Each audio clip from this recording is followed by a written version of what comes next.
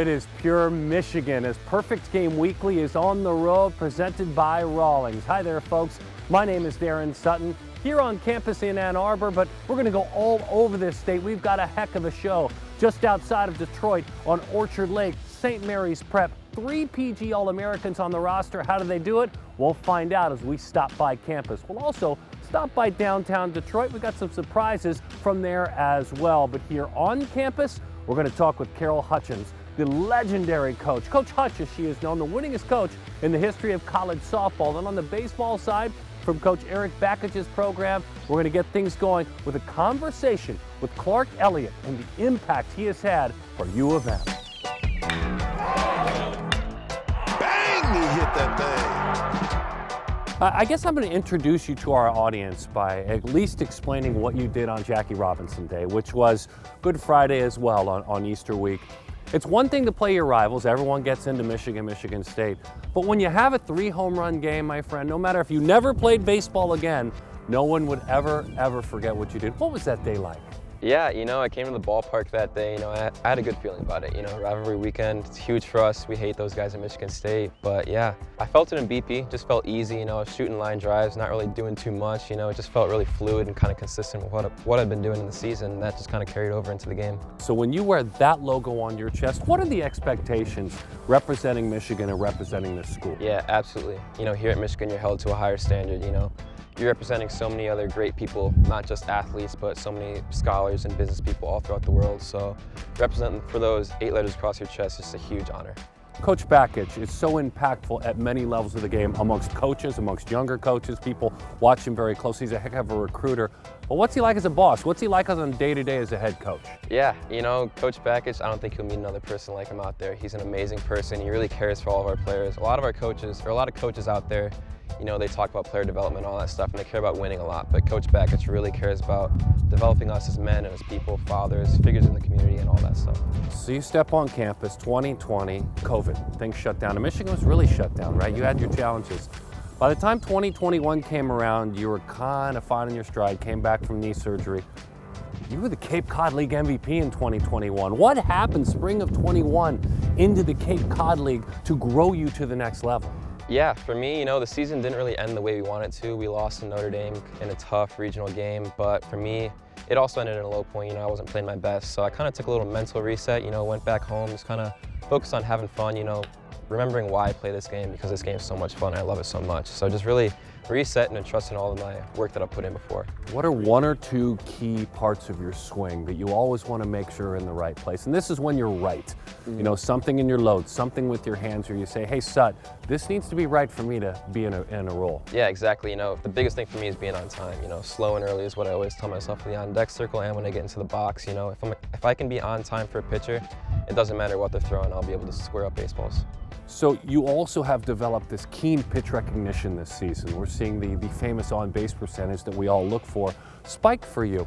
Talk to me, and for all of our young hitters out there, how have you evolved in the area of pitch recognition? Because you deal with good arms in this conference. You dealt with good arms in the Cape.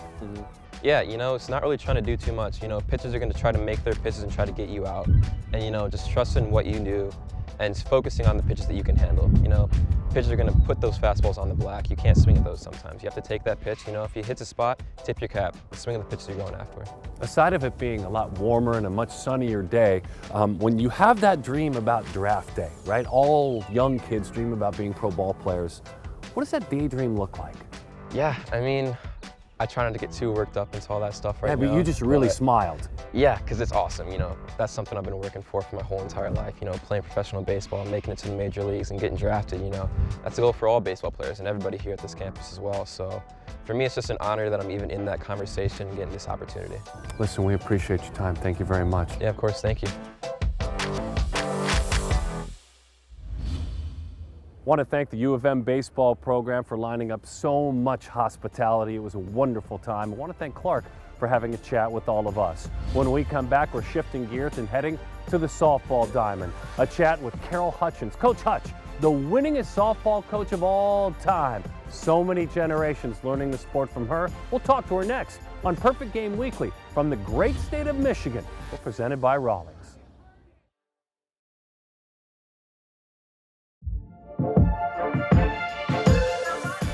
we welcome you back on campus, and we welcome you back to the great state of Michigan, where they wear the Block M with pride. This is Perfect Game Weekly. We're presented by Rawlings. We're honored to be just next to this beautiful softball complex with the legendary coach, Carol Hutchins. Thanks for spending time with us. We really appreciate it. Oh, we appreciate anybody who promotes our sport and pays attention to our great student athletes. On this show, I'd like to ask a simple question, because one of my favorite quotes came from you. You said, "I'm seeking people who want to be a part of something, not be something." Expound, please.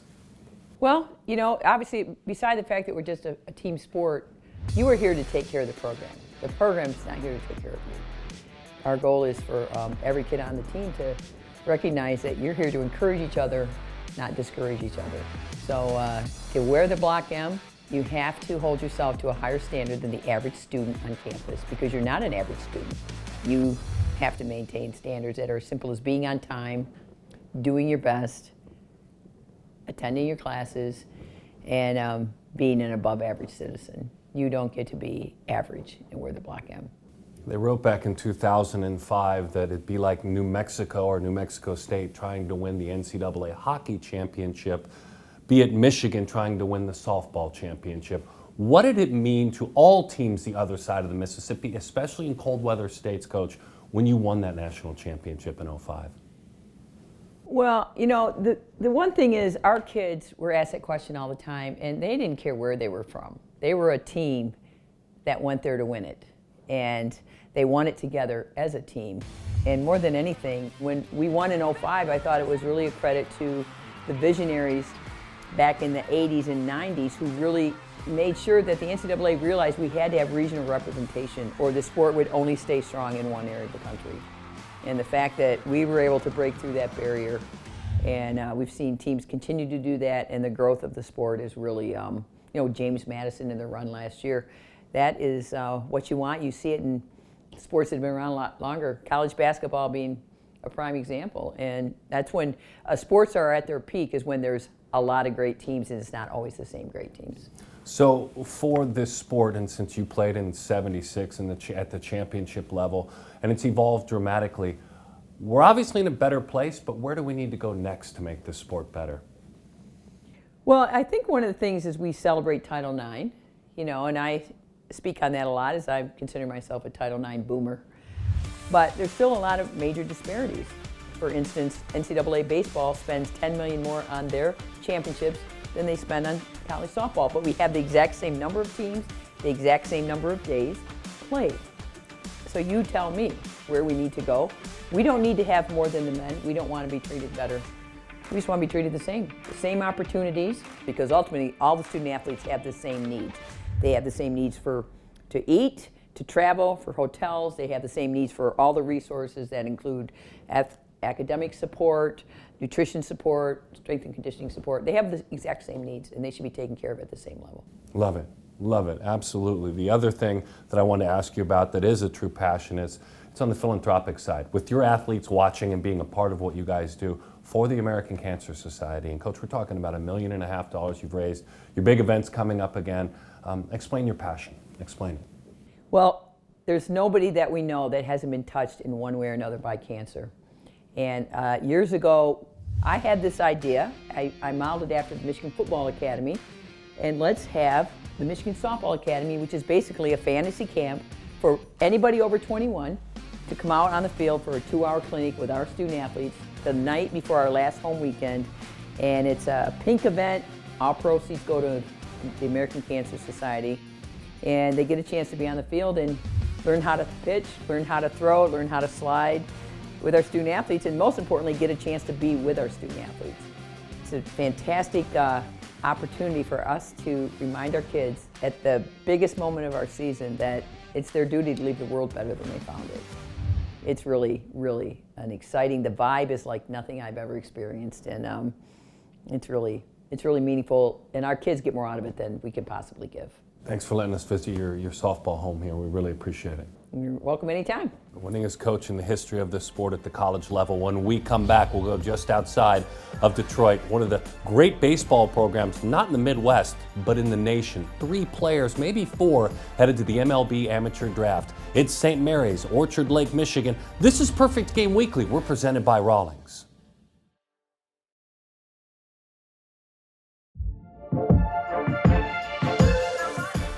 Perfect Game Weekly presented by Rawlings. In the heart of 125 acres, right there on the banks of Orchard Lake. We're in a beautiful spot, about 45 minutes outside of downtown Detroit, where history is everything here. Expectations, their standards have been set at an incredibly high level. It's educate yourself, and all the resources are here to do so. It's grow as a man as you head into college, and if you play baseball, you win a state championship.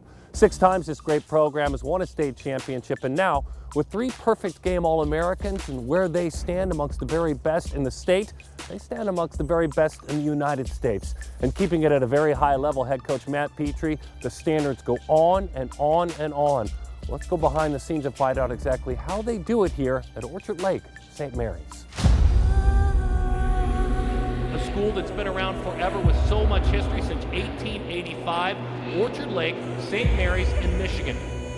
The first thing that that sticks out is the brotherhood that's here. It's just as advertised. Like, everybody is like so close and so tight, and we're all talented and we all get that. But at the end of the day, we get that the relationships we have with each other are bigger than baseball, and that they're bigger than what anybody or what any single thing can do on the field. This team wore a target on their back all year long. They finished 41-3 on Saturday. They won the D2 state championship 9-0.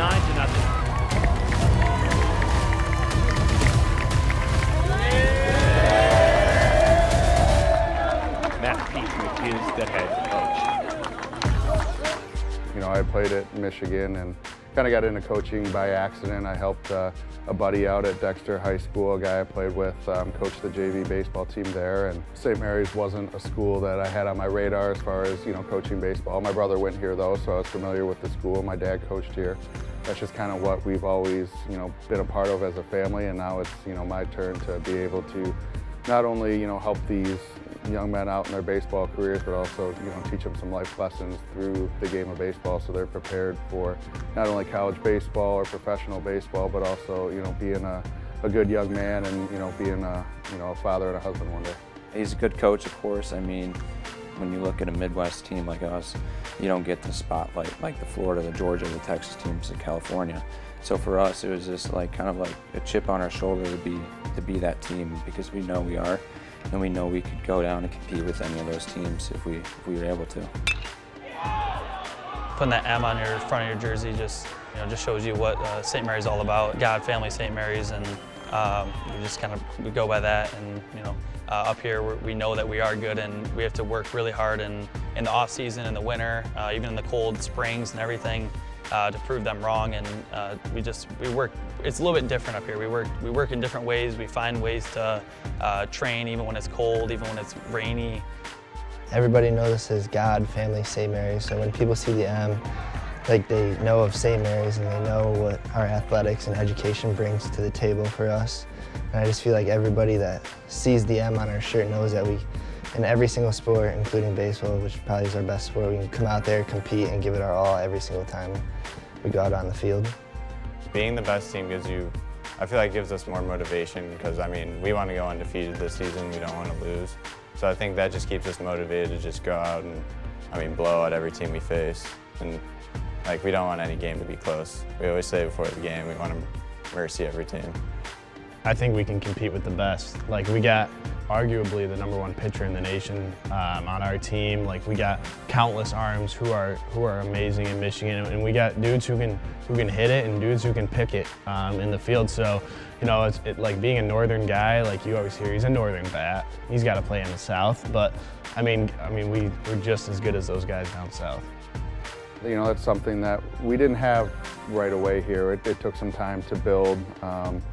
Guys were playing for themselves and things like that. Now it's you're playing for that M on your hat and that St. Mary's across your chest, and it's not us as a coaching staff anymore holding these guys accountable. It's them holding each other accountable about the expectations, and it's this is a great senior class, and there's weightlifting 3 days a week all year round, going to hit a couple days a week, throwing our bullpens throughout the winter. It's stuff that gets pretty monotonous, but they're able to hold each other accountable. So to kind of see the fruits of their labor, pay off not only in the state of Michigan, but regionally and nationally, you know, these kids getting the respect that they've earned. That's what it means to me. You know, just being able to, you know, have them be well known.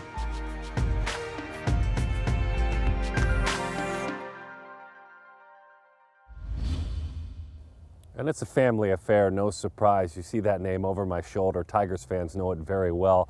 Nearly a dozen years, Dan Petrie pitched for the Detroit Tigers, Matt's dad, and was a key starter, won 18 games a year. They won that famed '84 World Series. An incredible stop on campus here at Orchard Lake St. Mary's. When we come back, perfect game alum. We knew him back when. It's Dylan Smith. His journey, where's he at now? This is Perfect Game Weekly. We're presented by Rawlings.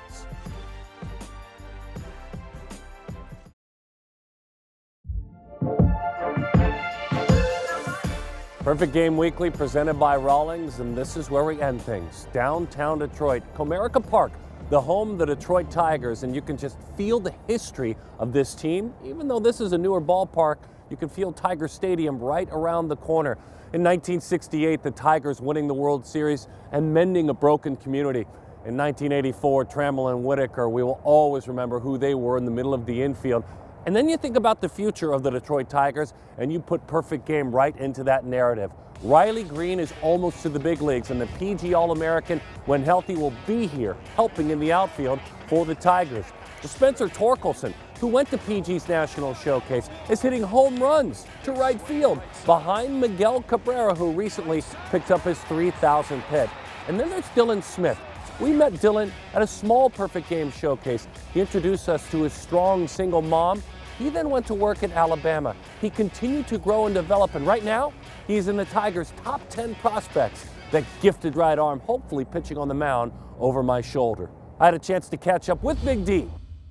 So we figured we'd come in out of the cold. Yes, it's spring, but cold in Michigan. And Dylan Smith knows all about that because he's about 2.5 hours away in Grand Rapids, pitching in high A ball for the Detroit Tigers. Dylan, thanks for spending time with us. We really appreciate it. Yes, thank you for having me.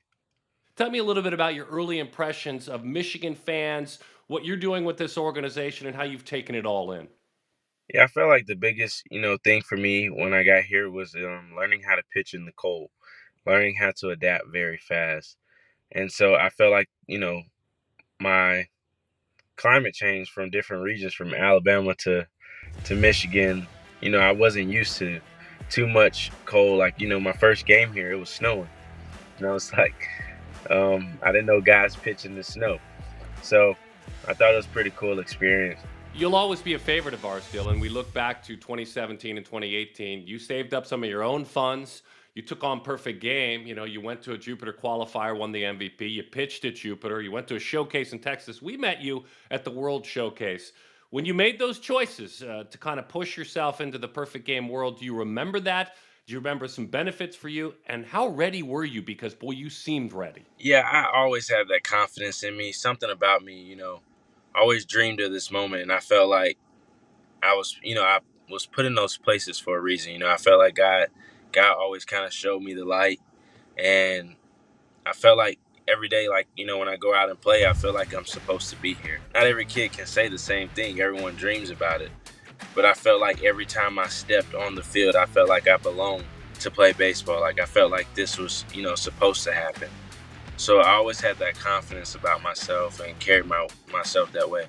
Okay, so how is Mom? How is Felicia? Because you were always wanting to make sure that you did proud by your mom for all she's done for you when you were a kid. And you're not a kid anymore. You're a man. How is Mom? Mom is doing really well. Just got off the phone with her right before the interview, but she's doing really well. And your upbringing, how much of you still as a man, are you that upbringing from Texas? Are you that man who played football, had a strong single mom? How much of you still carries through, though I'm sure you've evolved into your own journey now, but how much of that foundation is still who you are, Dylan? Oh, 100% today, it's still the same Dylan, just with older features. I just have a beard now. Back then I didn't, but but I feel like, I'm still that same person. I talk to my mom every day. I talk to my family. I've always will be the same person. I feel like I didn't let this change me. I feel like I've always had to keep my family close. When you took that trip after you were drafted and then you got a chance to make the trip on over to Comerica Park, how much does that stick in your head that you're working hard where you're at now and you're going to go around the rest of the country playing baseball, but you're in Michigan, you're 2.5 hours away. How much does that stick in your mind that someday I'm going to come back here? It sticks to my mind every day. I know the feeling. I feel like I know what it takes to get there. So every day I kind of write things down on my vision board, and I have a plan. I want to be there as soon as possible. So my whole thing is I'm going out here, I'm pitching, I'm trying to impress people and keep doing what I'm doing, and dominating a lot of guys, and so I can play in Comerica Park. That's my dream. So when I write things down on my vision board, I kind of just sit there and kind of just visualize it, me in that uniform running out to the pitcher's mound, everyone cheering for me. That's my dream. So I feel like I'll make it happen. Dylan, thank you for reconnecting with us. We really appreciate it. Thank you. Thank you so much for having me. What a show this was. So much fun. We want to thank the good folks at St. Mary's Prep for hosting us, Coach Petrie. We asked for better weather, but we know spring again will return here in Detroit. The great people at the University of Michigan bringing us on campus. Eric Bakich, the head coach of the baseball team. He was amazing for allowing us to access his facilities. Coach Hutch is a legend. And our production team, Steve Banta and Tori Olivo. This was a trip that we will always remember. Thanks for hanging out with us each and every week. And by the way, if you like to do so and you find us on your regional sports network, grab your smart device and download perfectgame.tv. You can watch it 24/7. A lot of this going on and more travels to a city near you. You, of course, passionate about amateur baseball and softball. This has been Perfect Game Weekly, presented by Rawlings.